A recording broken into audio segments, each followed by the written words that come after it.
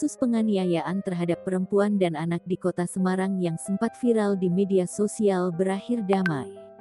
Pihak kepolisian melakukan restorasi justis sehingga kedua pihak saling memaafkan di Polrestabes Semarang, Jumat tanggal 28 Mei tahun 2021. Hubungan antara pelaku dan korban adalah suami istri siri.